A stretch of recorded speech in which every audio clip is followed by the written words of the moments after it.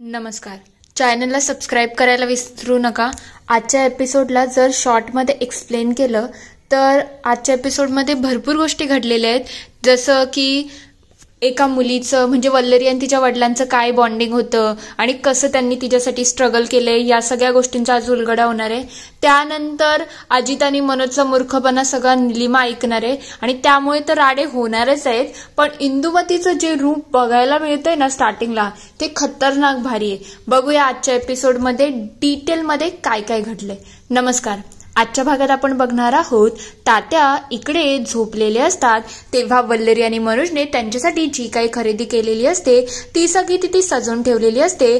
तेवढ्यात वल्लरी तिथे येते आणि म्हणायला लागते, तात्या बघा तुमच्यासाठी खरेदी केली आहे, तुम्हाला आवडली ना? तेव्हा ते म्हणतात, मी तुला म्हटलं होतं ना माझ्यासाठी बिलकुल खर्च करायची गरज नाही, मग तरी सुद्धा माय तू हे सगळं का केलं ग? तेव्हा वल्लरी म्हणायला लागते, तात्या एवढं करणं तर माझं कर्तव्य आहे ना, आणि मी फक्त बेसिकच केलं आहे, जास्त काहीच केलं नाही. तेव्हा ते म्हणतात, पण या सगळ्याची गरज नव्हती. वल्लरी अक्षरशः त्यांच्या पायावर बसलेली असते. तेव्हा ती म्हणायला लागते, तात्या मला एक सांगा ना, तुमच्याकडे कपडे नव्हते आणि मला एक ही गोष्ट सांगा, लहानपणी जेव्हा मी छोटी होते तेव्हा तुम्ही माझ्यासाठी दरवर्षी 3-4 का होईना कापडे शिवायची, त्यानंतर नवीन दप्तर आणायची, पुस्तकांची वया आणायची, त्या सगळ्याची परतफेड समजून हे सगळं तुम्हाला घ्यायला लागेल. तेवढ्यात ती लगेच त्यांच्यासाठी चप्पल घेते. तेव्हा तात्या म्हणतात, अजून या सगळ्याची काय गरज होती बाळा, हे सगळं नको करू ना. तेव्हा ते म्हणते, तात्या तुम्ही कसं बोलताय हो, तुम्ही विचार करा ना, याच पायाने तुम्ही कितीतरी लोकांचे शेत राबवले आहेत, आमच्यासाठी पैसे कमवले आहेत आणि त्या पायांना आता कोणतेच प्रकारचे काटे टोचू नये, ही माझी जबाबदारी आहे. म्हणून मला माझी जबाबदारी घेऊ द्या. मी सुद्धा तुमची लेकच आहे ना तात्या, मग प्लीज समजून घ्या ना. तात्या लगेच ती चप्पल पायामध्ये घालतात. तेव्हा वल्लरी म्हणतात, तात्या तुम्ही आई गेल्याच्या नंतर माझी खूप काळजी घेतली आहे, सतत मला आईची कमी वाटू नये म्हणून तुम्ही माझ्यासाठी वाटेल ते केलं, एका आईची जागाच घेतली. खरं म्हटलं तर तुम्ही नसते ना तर माझं काय झालं असतं याचा मी विचार सुद्धा करू शकत नाही. आणि जेव्हा माझं लग्न ठरलं तेव्हा तुमचं काय मनाची घालमेल होत होती ना, ते मला सगळं करत होतं. जेव्हा माझं लग्न लागत होतं तेव्हा तुम्ही कोपऱ्यात बसून रडत होते, हे मी सुद्धा बघितलं आहे. कारण की तुमच्या काळजाचा तुकडा तुम्ही देत होते, हे मी सुद्धा समजू शकते ना तात्या. मग जसं हे सगळं आहे तसंच मी सुद्धा तुम्हाला एक गोष्टीचं वचन देते की यानंतर तुमची जी काही जबाबदारी असेल ती या लेकीला घेऊ द्या ना. हे ऐकल्यानंतर तात्या तिला मिठी मारतात आणि म्हणायला लागते, माय तू खरंच खूप मोठी झाली, खूप मोठी हो, खूप यशस्वी हो आणि तुला हवं ते सगळं मिळू दे. हे सगळं ऐकल्यानंतर मनोज सुद्धा रडायला लागलेला असतो. तेवढ्यात तिथे इंदुमती येते आणि विचारते, काय रे मनोज, तू माझ्यासाठी काही आणलं का? तेव्हा तो म्हणतो, हो हो आई, हे बघ तुझ्यासाठी मी गोष्टी आणल्या आहेत. तेव्हा ती विचारते, साडी बिडी आणली का? नाही. तेवढ्यात तो म्हणतो, आई कसं आहे माहितीये का, आता तात्यांसाठी वल्लरीने एवढं सगळं सामान घेतलं आहे ना, मग तुला याच्यामुळे जळपण होऊ शकतं, डोळ्यात पाणी येऊ शकतं ना, म्हणून डोळे पुसण्यासाठी मी एक्स्ट्रा काही रुमाल आणले आहेत, याची तुला गरज लागेल. हे बोलल्यानंतर इंदुमतीचा चेहरा बघण्यासारखा झालेला असतो की माझाच मुलगा माझ्याशी असं कसं काय वागू शकतो. थोड्या वेळानंतर मनोज इकडे खूप खुश असतो. तो अजितला कॉल करतो आणि म्हणायला लागतो, अजित तू जे काय प्लॅनिंग केलं आहे आणि जी काही तू बेरिंग पकडली होती ना, त्यामुळे आईला पुरेपूर विश्वास झाला आहे की ती नानांशीच बोलत आहे. तिने तर डिक्लेअरच करून टाकलं आहे की तात्यांनाही नाना बोलायचं आहे. तिचा एवढा विश्वास बसला आहे. तेव्हा अजित म्हणतो, हे तर खूप चांगलं झालं, म्हणजे वल्लरीने आणि तुने जो प्लॅन बनवला तो माथ्यावर पडला आहे आणि आपल्याला जसं पाहिजे तसंच सगळं होत आहे. हे खरंच खूप मस्त आहे. तेव्हा मनोज म्हणायला लागतो, ते तर सगळं मस्तच आहे, पण तू विचार करशील का आईचं वागणं एवढं चेंज झालं आहे ना, का आपण कोणी अंदाज सुद्धा लावू शकत नाही. ती नानांची म्हणजे तात्यांची एवढी चांगली वागते ना की असं वाटते तिला की तिचेच नाना आले आहेत आणि त्यांची थाप ही पूर्णपणे खपून घेतलेली आहे. तेव्हा प्रेरणा म्हणते, काही हो, पण त्या त्यांच्या घरी चांगल्या वागतात आणि तात्यांना सतत त्रास देत नाही, त्यामुळे का होई तात्यांना थोडा मनातला संकोच कमी झाला असेल की आपल्या लेकीच्या घरी राहताना त्यांना थोडं वाईट वाटत नसेल, तेव्हा अजित म्हणतो हे सगळं तर ठीकच आहे, पण तरी सुद्धा तुम्हा सगळ्यांना माझं कौतुक करायला पाहिजे, मी किती छान नानांची बेअरिंग घेतली होती. तेव्हा प्रेरणा म्हणते हो ते तर मी करणारच आहे, पण मिठूला विसरू नको, मिठूने तर तुझी खूप प्रॅक्टिस करून घेतली, त्यामुळेच तर हे सगळं तुला खूप छान प्रकारे जमलं आहे. तेव्हा अजित म्हणतो ते तर आहे, पण तू मला गिफ्ट देणार. तेव्हा ती म्हणते गिफ्ट तर दे, पण तू मला एकदा ऍक्टिंग करून दाखव ना, म्हणजे मला पुन्हा ऐकायचं आहे. किती मजा येते ना हे सगळं ऐकताना. तेव्हा मनोज म्हणायला लागतो ते सगळं तर ठीक आहे, पण एक गोष्ट आठवण ठेव, ते सिम कार्ड आहे ना ते कोणाच्या हाती लागता कामा नये, नाही तर प्रॉब्लेम होऊ शकतो. तेवढ्यात तिथे दारावरती इंदुमती आलेली असते. इकडे सगळेजण ऍक्टिंग करायला सुरुवात करतात. तेव्हा प्रेरणा म्हणायला लागते ऍक्शन सुरू करा आता. तेव्हा अजित म्हणायला लागतो माय इंदू तुला इथे सगळीकडे म्हणजे तुला तिथे भजासारखं तळलं जाईल. हे सगळं ऐकल्यानंतर इकडे मनोजी खूप हसायला लागलेला असतो आणि हे सगळं ऐकून इंदुमतीला सगळ्यांनी फसवलेलं आहे हे निलिमाला समजून येतं. तेव्हा ती म्हणते अच्छा इंदुताईंना हे सगळे गंडवत आहेत का, म्हणजे या सगळ्यांनी स्वतःहून प्लॅनिंग करून हे सगळं केलं आहे. ती वल्लरी तर नालायक आहेच, पण आता माझा जावई मनोज आणि प्रेरणा सुद्धा यामध्ये सामील झाले आहेत, हे तर खरंच खूप चुकीचं आहे. मला यांचं वागणं जरा इंदुमतींच्या कानावरती घालायलाच पाहिजे, म्हणजे त्यांच्याबरोबर किती मोठा फ्रॉड चाललेला आहे ते कळवणं तर माझंच काम आहे. हे सगळं आता मीच उघडेल. थोड्या वेळानंतर इकडे वल्लरीच्या घरामध्ये सगळे जेवायला बसलेले असतात. तेव्हा इंदुमती सांगायला लागते नाना आज मी स्वतःच्या हाताने स्वयंपाक केला आहे, तेही स्पेशली तुमच्यासाठी, कारण की मला माहिती आहे ना तुम्हाला काय काय आवडतं. तुम्हाला आठवण आहे का तुम्हाला शेंगदाण्याची चटणी आवडते, तेही कुटून शेंगदाणे कुटून लसूण टाकून मी त्याच्यासाठी चटणी बनवली आहे, आता तुम्ही एन्जॉय करा. तेव्हा वल्लरी म्हणते सासूबाई एक काम करा ना, तुम्ही सुद्धा जेवायला बसा, मी आहे ना, मी सगळ्यांना वाटते. तेव्हा ती म्हणते काय गरज नाही वल्लरी, मी माझ्या नानांना स्वतः वाढणार आहे, मला काय बसायचं नाही आहे.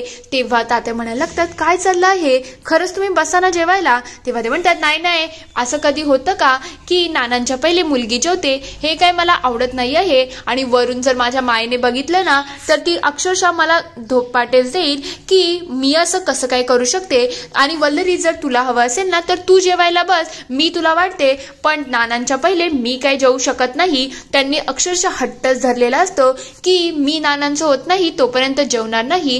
तेवढ्यात नानांना ठसका लागतो. ते बघता वल्लरी म्हणायला लागते थांबा मी पाणी घेऊन येते. लगेच इंदुमती पुढे जाते आणि म्हणते थांबा जरा, मी पाणी आणलंय ना, आता तुम्हाला बरं वाटते ना. नाना वर बघा पाणी पिऊन घ्या. तेव्हा तात्या म्हणतात अहो विहीनबाई तुम्हाला माझी सेवा करायची गरज नाही आहे, तुम्ही बसा ना जेवून घ्या.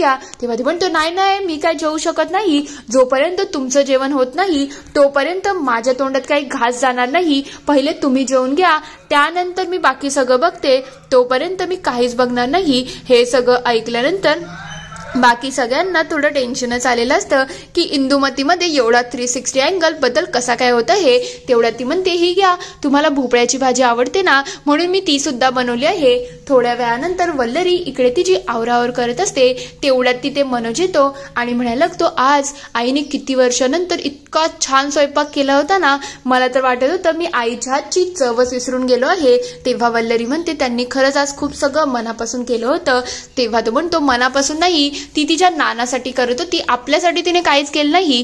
तेव्हा वल्लरी म्हणते आता मला असं वाटते आपण ज्या काही गोष्टी ठरवल्या होत्या त्या तशाच झाल्या आहेत आणि आता तात्या इथे आले आहेत, मग मला असं वाटते आता आपण सासूबाईंना त्रास देणं बंद करायला पाहिजे. तेव्हा मनोज म्हणतो काय बोलतेस तू, कोण तिला त्रास देते, मला एक सांग ना, ती एवढे वर्ष झाली तुला त्रास देते, तुला छळते, हे सगळं तू विसरली का, मग त्याच्या पुढे हे त्रास काहीच नाही आहे. तेव्हा वल्लरी म्हणते अहो नका ना, हे सगळं बरोबर वाटत नाही. तेव्हा मनोज म्हणतो हे बघ मी काही त्याला त्रास देत नाही, पण ती जर इथे अशी राहिली तर तात्यांनाही चांगलं वाटेल आणि तात्यांना कोणताच संकोच येणार नाही. त्यामुळे तर आपण हे सगळं केलं आहे ना, मग तू नको ना तर या गोष्टी मनावरती घेऊ. तेव्हा वल्लरी म्हणते, हो मला सगळं समजतंय, तात्या इथे आले, आता ते 4 दिवस सुखात का राहीना, पण त्याच्यानंतर आपण सासूबाईंना त्रास देणं बंद करायला पाहिजे. उगाच त्यांना हे सगळं कळलं तर त्यांना किती वाईट वाटेल. तेव्हा तो म्हणतो, काय वाईट वाटेल, ती सगळ्यांना त्रास देते ना, ते चालतं का, मग आपण थोडा दिला तर काय फरक आहे. तुला तर आठवण आहे ना, इकडे यायला सुद्धा तात्यांनी नकारच दिला होता, कसं बस ते 2 दिवसासाठी रेडी झाले. तेव्हा वल्लरी म्हणते, मी तेच सांगते, ते 2 दिवस आले आहेत, मग त्यांना असं वाटू दे की माझे सासू सासरे चांगले आहेत, त्यांची लेक सुखामध्ये आहे, हाच त्यांचा गोड गैरसमज होऊ दे, म्हणजे ते सुखाने घरी जाऊ शकतील, त्यांना काही वाटणार सुद्धा नाही आणि त्यांच्या मनाला काही गोष्टी चुभणार सुद्धा नाही. म्हणून मला असं वाटते तुम्हाला अजित भाऊजींना सांगून हे सगळं बंद करून टाकायला पाहिजे. आता पुन्हा सासूबाईंना कॉल करायचा नाही आणि त्यांना त्रास सुद्धा द्यायचा नाही. तेव्हा मनोज थोडा हसायला लागलेला असतो. ते बघता वल्लरी म्हणायला लागते, मला खरं खरं सांगा, तुम्ही अजून काही प्लॅनिंग तर केली नाही ना, उगाच सासूबाईंना नकाना त्रास देऊ, हे सगळं जर झालं तर मी तुमच्यापेक्षा वाईट असेल हे आठवण ठेवा. प्लीज हो, सासूबाईंना त्रास देणं बंद करा. तेव्हा मनोज म्हणतो, आता आम्ही तिला काही त्रास तर देत नाही आहोत, पण ती ज्या वेगाने निघाली आहे ना, मला वाटत नाही आई आता कोणासाठी थांबणार आहे. ती तिच्या वेगाने आता सुरू झाली आहे आणि ती बघ अजून काय काय करेल. इकडे इंदुमती नानांच्या म्हणजे तात्यांच्या जवळ जाते आणि लगेच त्यांच्या डोक्यावरून मायेने हात फिरवत म्हणत असते, नाना झोपले का हो तुम्ही, खरंच तुम्हाला बघून मला खूप छान वाटत आहे. तेव्हा तात्या म्हणायला लागतात, काय झालं वेणबाई, काही हवं आहे का. तेव्हा ती म्हणते, नाही नाही हो नाना, तुम्हाला आठवण आहे का, जेव्हा तुम्ही शेतावरून घरी यायचे तेव्हा मायला सांगायचे की गरम गरम भाकर वाढ आणि त्यानंतर तुम्ही मला काय सांगायचे, आठवण आहे का. तेव्हा ते म्हणतात, नाही ग मला खरंच आठवण नाही. तेव्हा ती म्हणते, तुम्ही मला पाय चेपून द्यायला सांगायचे आणि तेव्हा तुम्ही हे सगळं करायचे ना, आता सुद्धा मला तेच करायचं आहे, मला तुमचे पाय चेपून द्यायचे आहेत. तेव्हा तात्या म्हणतात, नको नको, या सगळ्याची बिलकुल गरज नाही. तेव्हा तिला आठवतं की त्यांनी सांगितलं होतं की मी तुझ्याशी बोलू शकत नाही. तेव्हा ती म्हणते, तात्या तुम्ही शांत राहो, मी सांगते ना, मला तुमची सेवा करायची आहे, पाय चेपून द्यायचे आहेत. तुमचे पाय चेपताना मला खरंच पूर्वीची आठवण येईल. खरं म्हटलं तर शेवटचंही मला तुमच्या जवळ आता आलं नाही, कारण की माझी सासू ना खरंच खूप खमकी होती आणि 1 नंबरची हलकटबाई होती. तिने कधीच मला माहेरी जाऊच दिलं नाही. तुमच्या शेवटच्या क्षणाला सुद्धा तुम्हाला माझ्या हातचं खायचं होतं, पण तुम्हाला काही खाता आलं नाही, कारण की माझ्या सासूने मला पाठवलंच नाही. मला माहिती आहे ती नरकामध्येच आहेत ना, ते नरकामध्ये शोभतात आणि तुम्ही आणि माय स्वर्गामध्ये आहेत, हेच चांगलं आहे. खरंच नाना, तुम्हाला बघून मला खूप आनंद होत आहे की फायनली मला तुमचे पाय चेपता आले, मला तुमची सेवा करता आली, हे खरंच खूप मस्त झालं आहे. तुम्हाला काय सांगू, मला तुमची किती आठवण येते आणि तुमच्या सगळ्यांशी बोलण्याची माझी किती इच्छा होत असते. तात्यांना त्यांचं वागणं थोडंसं कन्फ्युजिंग वाटत असतं. तर दुसरीकडे निलिमा इकडे अजित आणि प्रेरणाच्या रूममध्ये आलेली असते. तेव्हा ती दार बंद करते आणि म्हणायला लागते, आता हे जेवायला बसले आहे, मला माझी शोध मोहीम करायला पाहिजे. ती पहिले पलंगाच्या गादीखाली बघते, त्यानंतर बुक्समध्ये चेक करायला जाते. तेवढ्यात तिचं लक्ष जातं आणि तिला सिम कार्ड सापडतो. इथे एपिसोड संपतो. पुढील भागात आपण बघणार आहोत. इंदुमती म्हणत असते, बोला नाना काय झालं. तेव्हा निलिमा म्हणायला लागते, नाना मीना नाही आहे, मी निलिमा बोलत आहे. मुलांनी तुम्हाला गंडवलं आहे आणि त्यांनी तुमच्या विरुद्ध एवढा मोठा षडयंत्र केला आहे. हे ऐकल्यानंतर इंदुमती अक्षरशः खवळून जाते. थोड्या वेळानंतर इकडे इंदुमती म्हणत असते, काय हो, मला असं वाटलं होतं 2 दिवसासाठी लेकीच्या घरी आले आहेत, पण तुमचं 2 दिवस तर जास्तच वाढत चाललेले आहेत. 2 दिवस आले, पाहुणचार घेतला, त्यानंतर आता तुम्ही जावयाच्या पैशावरती डॉक्टरकडे जाणार आहेत का, हे तुम्हाला शोभून दिसतं का. हे ऐकल्यानंतर इकडे सगळ्यांच्या पायाखालची जमीनच सरकलेली असते. तेवढ्यात तात्या म्हणायला लागतात, मी पहिलेच म्हणालो होतो ना, मला इकडे यायचंच नाही आहे आणि आता डॉक्टर बिकडेकडे जायची गरज नाही आहे. माझं जे काही होईल ना ते आता गावालाच होईल, मला आता कुठेच जायचं नाही. हे ऐकल्यानंतर वल्लरीला फार वाईट वाटत असतं की सासूने पुन्हा तिचे रंग दाखवले. इथे हा पूर्ण एपिसोड संपतो. आता इंदुमती पुन्हा तिच्या मूळ पदावर आली आहे. वल्लरी आणि मनोज खरंच या वेळेला तात्यांची साथ देऊ शकतील का, तुम्हाला काय वाटतं ते मला कमेंटमध्ये नक्की कळवा. व्हिडिओ आवडला असेल तर लाईक, शेअर, सबस्क्राईब करायला विसरू नका. Thank you for watching.